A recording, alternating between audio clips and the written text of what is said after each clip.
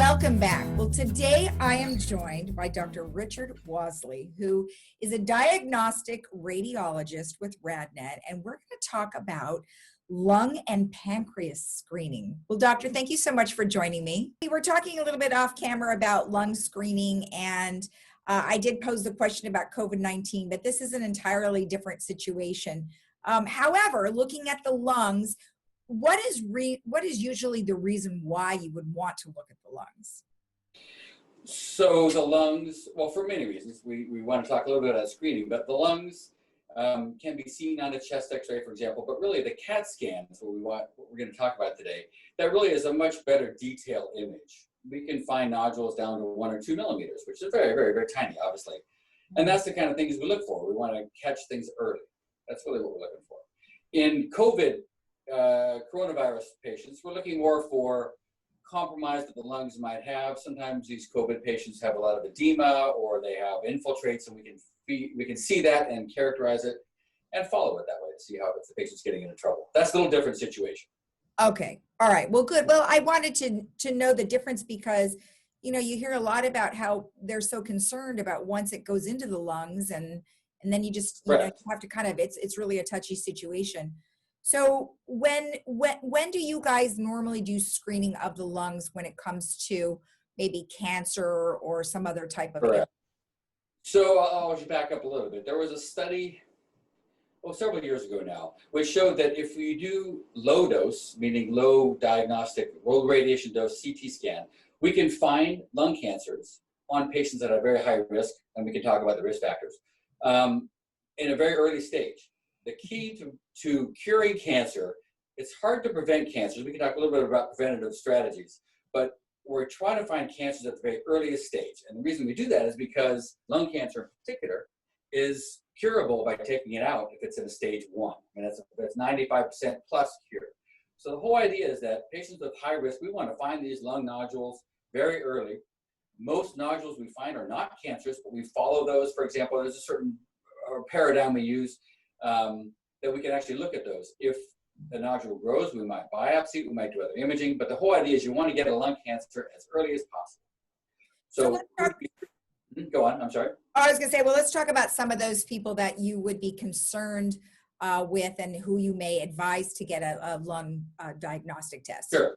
So the studies have shown that these patients that have a high risk factor, so these are patients that have a 30 pack year smoking history or more in their life. And that means a pack a day for 30 years, 2 packs a day for 15 years, however you want to calculate it out. It's that kind of risk factor. And unfortunately, as people probably realize, smoking is a significant risk factor for causing lung cancer. Right. Now, having said that, so those are the patients we would look for, and also patients that are between the age of about 55 to 80. Turns out that when you're 30 years old and you're smoking, well, damage hasn't quite caught up to your lungs yet. But after about age 50, it goes significantly higher. If you continue to smoke, certainly we'd screen those patients. But if you haven't smoked for about 15 years, let's say you're at age 75 and you stop smoking at age 60, your relative risk is actually now down to about regular patient population. Doesn't mean you don't still have a risk of lung cancer, but actually after 15 years, you've kind of made it through that worry period. So stopping smoking now, great idea.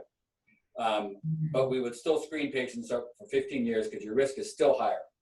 So anyway, so what we do is we do a CAT scan, which is a very low dose, almost a mammographic dose. So what we do for mammograms, very low dose screening, and the reason is we don't want to cause problems. We look for small nodules. Nodules, turns out less than about a half a millimeter or so, really are inconsequential. We see those all the time. Those don't have to be followed. Okay. Things between about 6 to 8 millimeters, we get a little bit more excited about, but those are likely not going to be cancerous, but we might follow those, meaning we might do a CT scan in 6 to 12 months, see what they look like. Nodules above 8 millimeters, we get a little more excited about, and those things we might biopsy or do some other scans and that kind of things. But the whole idea is if you can get a lung cancer before about 20 millimeters, which is about that big, that theoretically is a very high cure rate, and that's what we're looking for. Does that make sense? Let me ask you this. So let's say you mentioned this already, but you were smoking for a long time, maybe since you were 21 years of age or whatever it was. Sure. And then you've been smoking like 10, 15 years, and then you stop for a long period of time. Even though you stop, you still run the risk of having other types of ailments, not necessarily just lung cancer. Is that correct? Unfortunately, yes. COPD, which is, chronic obstructive disease, emphysema, that doesn't go away. Unfortunately, smoking causes damage, and I see it all the time, Right. and that doesn't go away. So you're right. Your lung cancer risk might go down by stopping smoking, but it's better not to start in the first place. But of course, that may not be realistic. People already have. So we learned a lot more things in the last 40 years than we knew 40 years before that. So that's just how. Yeah. Well, and then, okay, so let's transition then to pancreatic cancer. So Yeah. is that kind of the same type of situation where you may not even know that you have it? So that's the problem with pancreatic. Obviously we have in the news with Alex Trebek passing away recently. I just as an aside, I've known him all my life, frankly. I don't think I've ever remembered a time when I didn't know him. So It's kind of interesting. But pancreatic cancer, unfortunately, is one of those cancers that usually it presents quite large when we see it. And the reason is because the pancreas is quite a deep organ. It doesn't have nerves in it. And so things can grow quite large before you even have an idea where it is. And so there really are no good screening tests either. And then again, that's a big problem. So as analogous to what I talked about lung cancer, we want to catch a cancer very tiny. If you catch a pancreatic cancer very small, let's say you do have symptoms, and there's certain, we can talk about that, but there are some symptoms that can occur if the pancreatic cancer happens to be in a place where it causes it. Then you can actually cure it. That is a higher risk. But unfortunately, as in Alex's case, it had already spread to the liver and other places. I don't know all the details, but it sounds like it already spread. He was very forthcoming with that. Right. So unfortunately, at that point, it really limits your options of what you can do. Doesn't mean you can't cure it, but there's more limited options. Do you happen to know with his situation, like how he found out? I don't know whether he had pain, but I'm not sure exactly. I'm not privy to what happened. But often these pancreatic cancers, because eventually, pancreas is an interesting organ. It's very deep, and it doesn't have a normal covering to it, so to speak, cellular covering. So what happens is cancers can grow right out of the pancreas into the adjacent tissues very easily, as opposed to other organs that are kind of encapsulated. So when it does that, it can get to the nerves, and that's when you can feel it. But unfortunately, by that time, it could be the size of a grapefruit. So we just, unfortunately, just the point. So that's usually symptoms. The strategic ones that we like to catch early are ones that cause what they call jaundice, meaning that if a cancer arises next to the bile ducts, it can obstruct them. Cancer grows, and it causes a compression upon the biliary system. And then bile can back up, and your eyes can turn yellow, and you can get skin yellowing. That's called jaundice. And that is one of the symptoms that we do look for.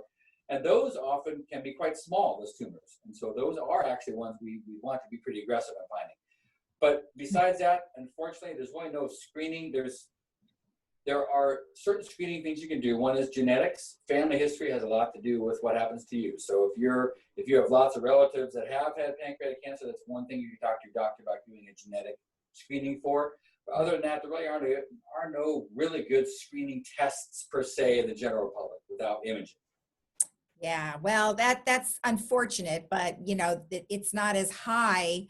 It doesn't seem as common as some other, cancers. Therefore, correct. That's agreed. And we also want to, we can screen for things like colon cancer. We can screen for lung cancer now. We can screen for thyroid cancer. Lots of things we can do that, those are great. And those are fantastic. And breast cancer, of course, we have mammography for that. So those are great screening tools. Not so much. There are some risk factors you can avoid. Again, smoking and drinking, not good for too many people. The same for pancreatic cancer. Those are one of the risk factors that can cause pancreatic cancer. So we want to stop that as much as possible. Again, we know more now than we used to know 50 years ago. So things, people have done things that's just how it works, So right. And more technology keeps coming down the pike. So that's good to know that we at least can catch some of these things earlier. Well, thank you so much for spending the time with us. Yes. Perfect. It's very nice to meet you, and we'll see you again. Me too. All right. Thank you. You're welcome. And we'll be right back after this.